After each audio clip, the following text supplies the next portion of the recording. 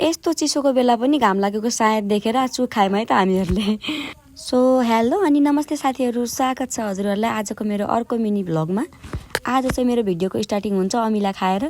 यो अमिला चाहिँ आएको थियो पहाडदेखि, बहिनीले लिएर आएको थिए अनि म चाहिँ लागेँ त्यसलाई छिल्नतिर। अनि छिलिसकेपछि चाहिँ यस्तो अलिकति फेसन सान देखाउँदै थिएँ, गिरिहाल्यो। अनि त्यसपछि म लागेँ त्यसलाई बहिनीलाई बना भनेर भन्नतिर, किनभने मैले बनाएँ भने त भिडियो कसले बनाइदिन्छ, त्यही भएर बहिनीलाई बना भनेर भने। यति ढिलो बनाउँदै थिएँ कि अनि त्यसपछि त्यहाँ हेर्दा हेर्दै मेरो मुखमा पानी नै आइसकेको थियो। अनि त्यसलाई छिटो छिटो गर भनेको त आज हाँस्दै बसिरहेको थिएँ। अनि त्यसलाई मिठो बनाउनको लागि, स्वादिलो बनाउनको लागि चाहिँ तिर्खुलाको पाउडर, अनि त्यसपछि अब मसलाहरू त अब त्यो धनियाँ लसुन अनि जिरा अदरक त्यो त जसले पनि हाल्ने नै गर्छ। हामीले चाहिँ अलिकति मिठो बनाउनको लागि तिर्खुलाको पाउडर हालेका थियौँ। अनि त्यसपछि चिनी हालेर बनाएको थियौँ। अनि बजैलाई दियौँ सुरुमा चाहिँ टेस्ट गर्नको लागि। बजैलाई कस्तो छ भनेको, मिठो छ भनेर त्यो इमोजी, हातको इमोजी देखाउन नजानेर आफै हाँसेर बस्नुभयो।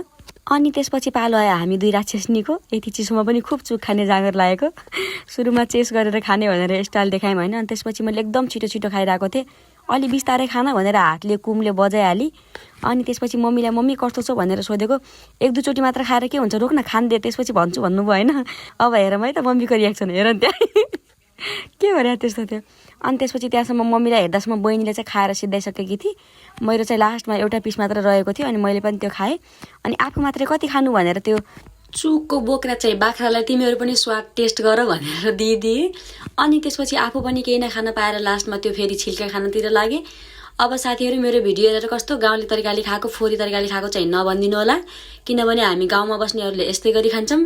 So thank you so much साथीहरू मेरो भिडियो यहाँसम्म हेरेर साथ दिनुभएकोमा।